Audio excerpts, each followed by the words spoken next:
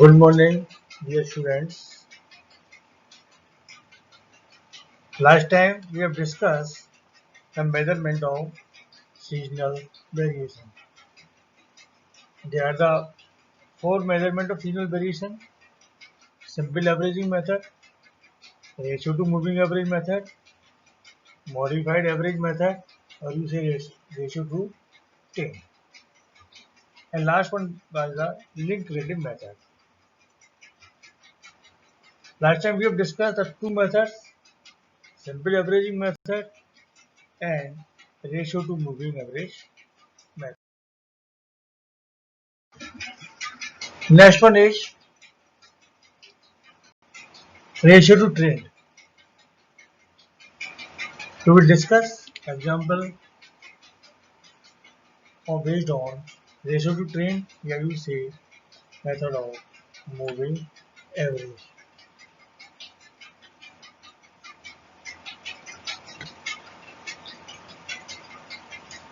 The problem is just to calculate the season indices for each quarter by the ratio to moving average methods.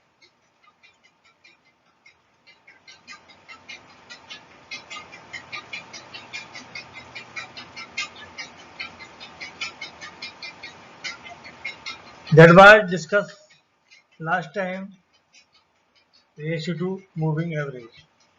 Now today is ratio to trend.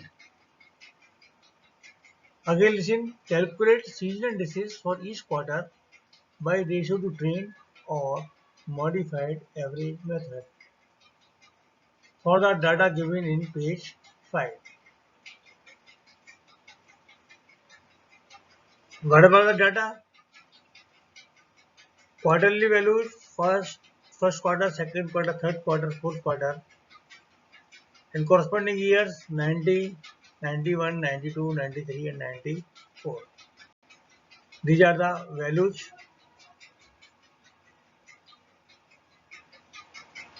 I have taken the mean of these values: 43.6, 143.2, 102.4, 209.6. And sum of each row: 30 plus 81 plus 62 plus 119 is equal to 292. आप देख रहे हैं years दिए हुए हैं first column के अंदर और नेक्स्ट कॉलम में दिया हुआ total values. Next column contain total values. Total values कितना दिए हुए हैं, कितना हो गया? Here total values for suppose for 90 is 30 plus 81 plus 62 plus 119. Its total is 292. We have put the value against a 90, that is 292, and so on. We will take the sum: 33 plus 104 plus 86 plus 171. It will come 394. Similarly for the 92, for 93 and 94. Sum of all the values is 2489. What is the y? Y is the average of these values. How? There are how many values? There are 4 values. You divide the 292 by the 4. 4 7 is 28 and 4 3 is 12. And every value हो जाएगी by 73, 98.5, 128.75 and 148.74. Okay. You are very aware. You are very much aware with the method of least square. We have also discussed in the method how to measure the trend. And method of least square was one of the method. First of all, with the help of method of least square, we will find the trend value. You know,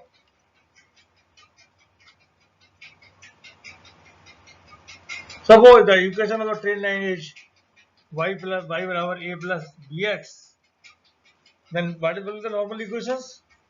Summation y is equal to na plus b summation x, and next one will be the summation xy is equal to a summation x plus b summation x square. For that, we have to calculate summation by summation x square, and summation x by.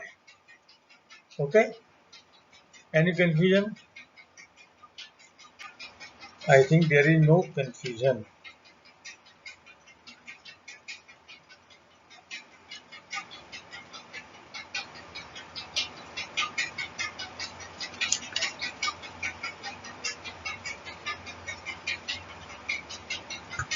Okay?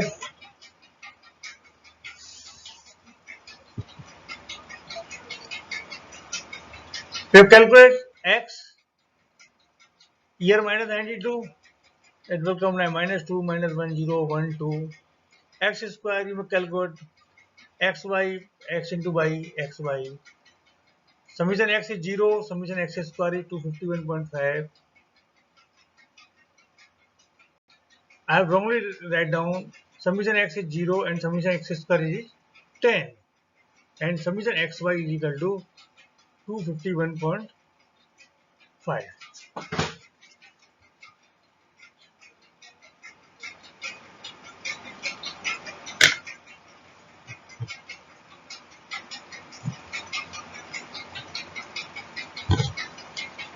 I have wrongly written down.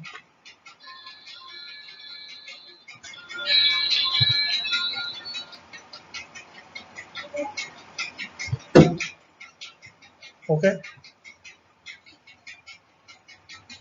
For the value of summation y, summation x square, summation xy, then we will get a barabar 124.5 and b barabar 25.15. तो ए क्या depend कर रहा है यहाँ पर? ए depend कर रहा है एवरेज वैल्यू को, और be depending the annual rate of change. लेकिन हमको निकालना क्या है? यहाँ पे हमको कैलकुलेट करना है क्वार्टरली रेट ऑफ चेंज. क्या चेक करना है हमको? Quarterly rate of change. तो क्वार्टरली रेट ऑफ चेंज कितना हो जाएगा?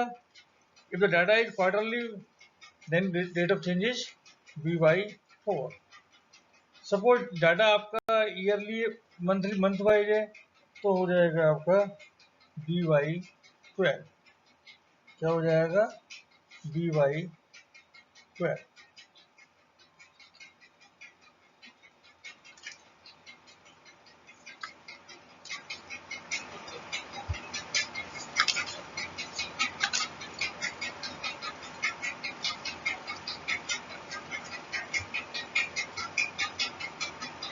ओके.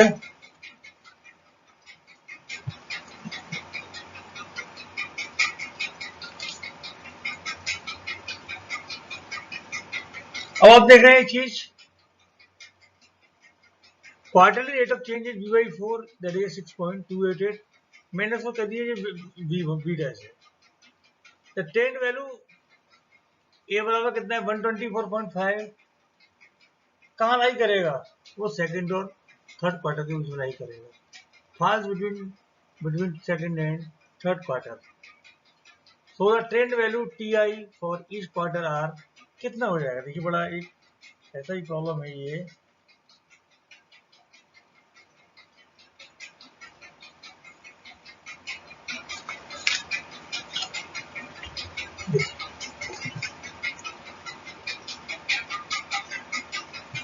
सपोज कीजिए ये डाटा इस तरह से ना होकर ये होती बात आपकी मंथली डाटा होता, तो ए बराबर के 124.5 कहाँ होता आपका 1 जुलाई को, राइट? तो हमको निकालना है भाई 1 जुलाई को कितना हुआ? 124.45, राइट?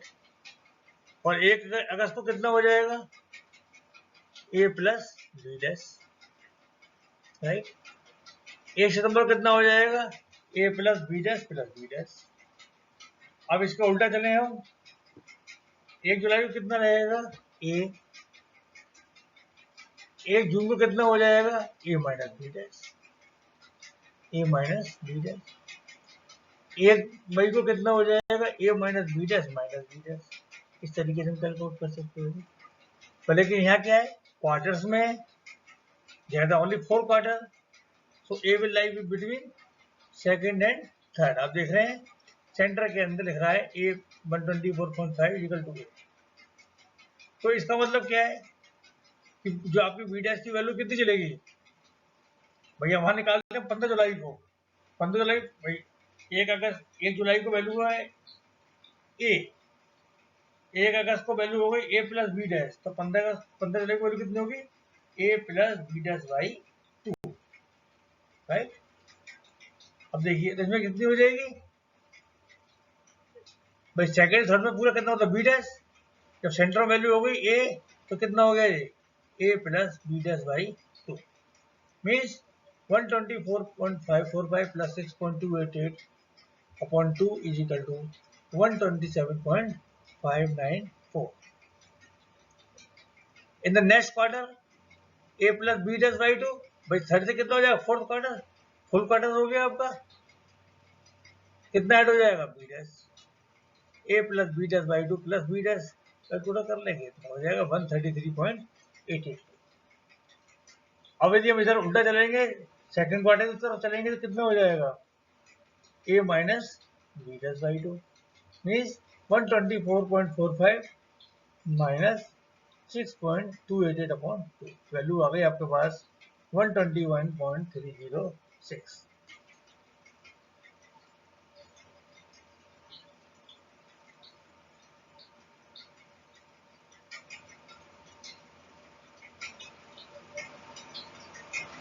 अब कितना हो गया A minus B dash by 2 minus B dash, फिर कट जाएगा 121.306 में जब घटाएंगे कितना 6.288 तो आ जाएगा 115.018। ये हमारे पास 10 वैल्यू आ गई। अब इसके द्वारा हम निकाल देंगे अपना सीजनल इंडेक्सेस। सीजनल इंडेक्सेस जानते क्या होता है, T I R upon T I into 100। जो आपको डाटा दिया हुआ था उसमें आपने टी आई आर निकाल रखा है, देखिए T1 bar 43.6, T2 bar is ऊपर देखिए आप जरा, T1 bar 43.6, T2 bar is 143.2, T3 bar 102.4 and T4 bar is 209.6, right? So season indices for first quarter is, this is the T1 bar 43.6 upon 115.018 into 100, ये आ गया आपके पास 37.9। Similarly for the second quarter 142.2 upon 121.306, that comes 117.28. Similarly for the third quarter and fourth quarter, so these are the values, these are the season indices for the each quarter. First quarter is 37.91, second quarter 117.22, and third quarter is 80.25, and fourth quarter is 156.56. I think there will be no problem. For that more detail, you may consult your book. For more detail, you may consult your book.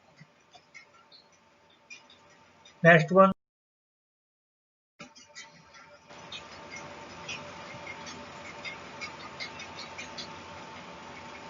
Find the season indices for each quarter by the method of linked relative.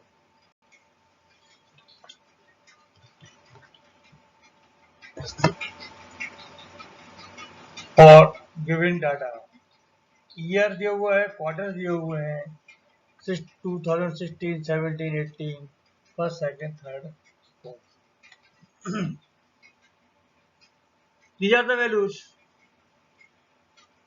First of all, we calculate the linked relatives. Linked relative. What is linked relative?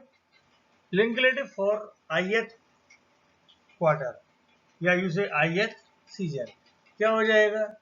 ui upon ui1 into 100 means current year value या current year prices upon immediately preceding price. मैंने यहाँ लिखा हुआ है आपका current value upon previous value into 100. और ज्यादा clear करने के लिए आप कह सकते हैं current value upon immediately preceding value means वर्तमान वैल्यू अपॉन जो एकदम पिछली वैल्यू आई है वो इंटू 100. यदि इसमें देख रहे हैं आप भाई कितना हो जाएगा. लिंक रेटर्स निकालने आपको 26 अपॉन 30 इंटू 100. देखिए आप ये आ गया आपका पास 86.7. इन the next step 22 is current value, immediately preceding is 26. So that become 22 upon 26 into 100 और ये आ गया आपके पास 84.6. इन द नेक्स्ट वन कितना हो गया आपके पास 31 अपॉन 22 इंटू 100 दैट इज 140.9. अब देखिए नेक्स्ट वैल्यू कितनी आ रही है 2017 के अंदर फर्स्ट क्वार्टर में वैल्यू 35 और इमीडिएटली जो प्रीसीडिंग वैल्यू होगी वो कौन सी होगी 2016 की फोर्थ क्वार्टर की.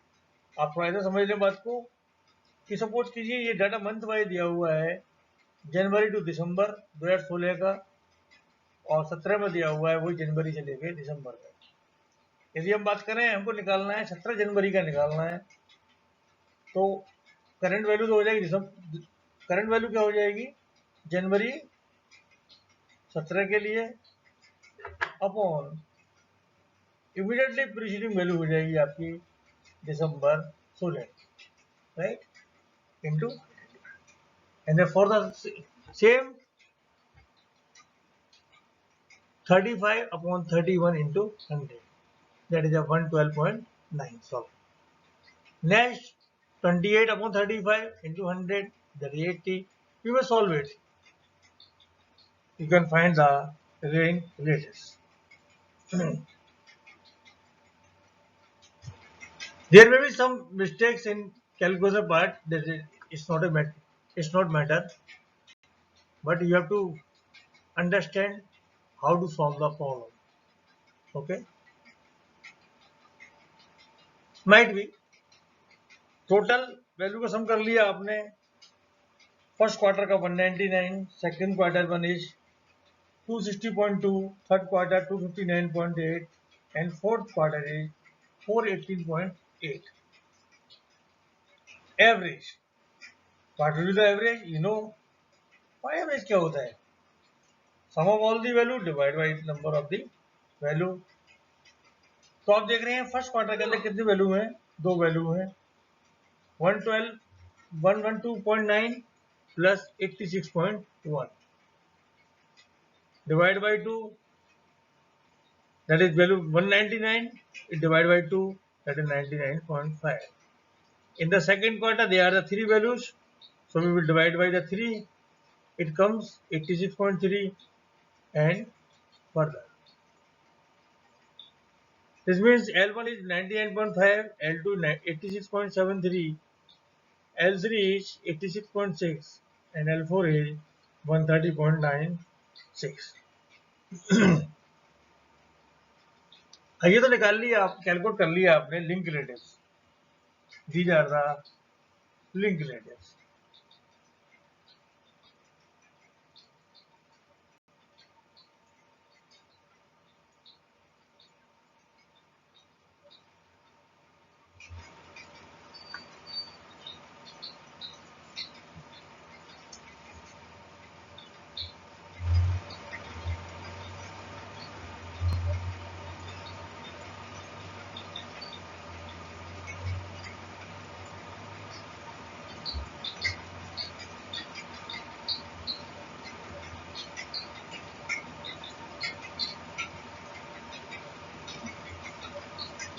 Okay.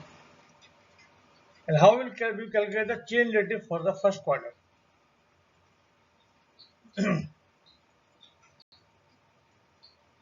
Chain relative for the first quarter is, suppose आपने कहा 100 एज्यूम कर लिया हमने. अब निकालना है chain relative for the second quarter. किस तरह निकालते हैं चेन रिलेटिव को? इसका फॉर्मूला होता है, देखिए फॉर्मूला लिखा हुआ है राइट साइड में कि chain relative of current year is equal to LR of current, LR of chain relative of current quarter is equal to link relative of current quarter into chain relative of previous quarter. या you say previous word थोड़ा अच्छा नहीं है, आप कह सकते हैं chain relative of immediately preceding quarter, या simply say preceding quarter means link relative of current quarter into chain relative of preceding quarter upon 100. Okay. For the C2, L2 क्या हो गया? Link relative of the current quarter into, और C1 क्या है? Chain relative of previous quarter upon 100. And what was the L2? 86.73. अब table में देखें, आप टेबल के अंदर कितना आ रहा है? 86.73. And what is C1? You assume 100 upon 100. It will remain same. That was the 86.73. Next one is C3. C3 क्या हो जाएगा? L3 into C2 upon 100 means link relative of current year, current quarter into chain relative of previous quarter या से preceding quarter upon 100. What is the L3? L3 is 86.6. Okay. Into, and what is C2? 86.3. दोनों को multiply कर लिया upon 100. ये आ गया आपके पास 71.5.1. What is C4? Chain relative fourth quarter. वही same L4 into C3 upon 100. L4 is 139.6 and C3 is 75.11 upon 100. It will come 104.85. अब देखिए हमने C1 को एज्यूम किया था 100. अब हम C1 दोबारा निकाल रहे हैं कि वो चेन कैसे चलती है आपकी. चेन यदि बनानी है तो एक दूसरे को जोड़ेंगे आप 1 2 3 4 1. Suppose they are the 4 persons. आप कैसे चेन बनाएंगे? पहला दूसरे का हाथ बांधेगा, दूसरा तीसरे का बांधेगा, तीसरा चौथे का बांधेगा और चौथा पहले का बांधेगा. तो फर्स्ट निकालने के लिए किसका जाना पड़ेगा हमको? फोर्थ के पास. देखिए कैसे निकलेगा कि link relative of first quarter into chain relative of fourth quarter upon 100. What is link relative of first quarter? that is 99.5 and chain relative of fourth quarter is 104.85. so 99.5 into 104.85 upon 100, that is equal to 104.357. You will write it 104.4. Okay. अब देखिए हमने कितना माना था C1 को 100. ये कितना आ रहा है? 104.4. यदि ये दोनों बराबर नहीं आ रहे हैं, इसका मतलब क्या है कि there is some discrepancy. Discrepancy means कहीं ना कोई बात में अंतर है. Since C1 dash is not equal to 100, hence discrepancy for the problem of discrepancy arise.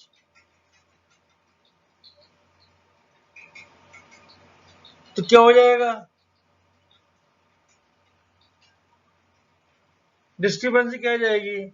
इसका कहने का अंतर हो रहा है, तो डिस्क्रिपेंसी हो गई C1 एक्चुअल वैल्यू थी आपके पास, जो आपने एज्यूम की थी, और कैलकुलेट होगा कितनी आई? 100.4 माइनस 104.4. तो कितना हो गया? 100 माइनस 104.4 में करेंगे तो कितना आ रहा है? -4.4. इसका मतलब इतनी वैल्यू इसके अंदर बढ़ गई. ये डिफरेंस आया, ये क्यों आया? ये डिफरेंस आया हमारे पास जो हम ट्रेंड होता है, इसके मतलब इसके अंदर कोई ट्रेंड का वेरिएशन रहा होगा। This difference is due to the trend. इसको हमको सब्सट्रैक्ट कर देंगे हम, तो कितना हो जाएगा? ये सपोज ये 0 आता, इसका मतलब कोई भी इसके अंदर ट्रेंड का इस पार्ट नहीं है इसके अंदर। This difference is due to trend, the quarterly trend increment is d/4। हर क्वार्टर कितना चेंज आएगा? d/4 का चेंज आ जाएगा आपके पास। देखिए एडजस्ट, अब क्या निकालना है हमको? Adjusted chain relative. C1 dash कितना हो जाएगा? वो 100 का 100 ही रहेगा, वो फिक्स कर लिया आपने। C2 डैश क्या होगा? C2 plus d/4। आप जो भी डिफरेंस होता है उसको हम ऐड करते हैं with sign, whether positive sign और नेगेटिव साइन। यहाँ आप देख रहे हैं d/4 कितना हो गया? -4.4/4, दैट इज -1.1। तो सब्स्टिट्यूट हो जाएगा ये 85। सपोज ये प्लस होता तो ये प्लस हो जाता, माइनस और माइनस हो जाएगा। C3 कितना हो जाएगा? 2d/4, ये जाएगा 72.9। ये कितना नेक्स्ट? C4 कितना हो जाएगा? 3d/4, दैट इज 101.55 है। अब आपको निकालना है रिक्वायर्ड। अब क्या निकालना है इसके बाद? जब चेन रिलेटिव्स आ गए, इन चेन रिलेटिव्स की हेल्प से क्या निकालना है? Seasonal indices. तो क्या हो जाएगा? एवरेज कितना आ जाएगा? C bar is equal to C1 dash plus C2 dash plus C3 dash plus C4 dash upon 4। इन सभी का सम करेंगे आप, C1 dash C2 dash C3 dash C4 dash का, तो वो आएगा आपका सम 360.12 डिवाइड बाई 4। तो C bar is 90.03। Hence, required season indices आप जानते हैं, आप वही एवरेज से डिवाइड कर देंगे आप सभी को। कितना हो जाएगा?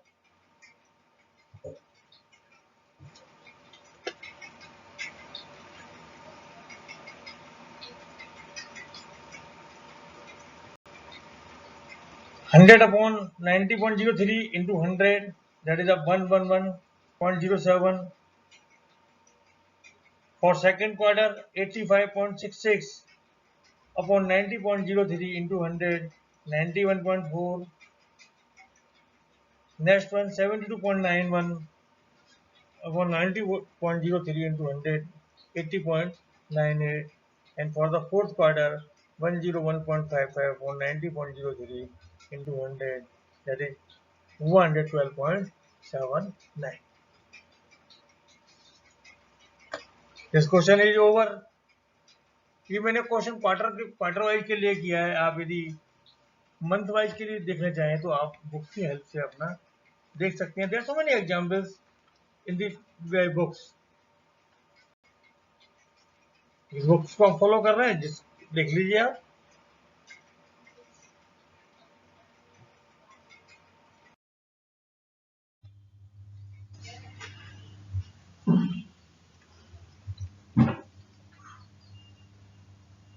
इसके साथ ही आप बच्चों, ये आपका ये चैप्टर टाइम सीरीज का कंप्लीट होता है।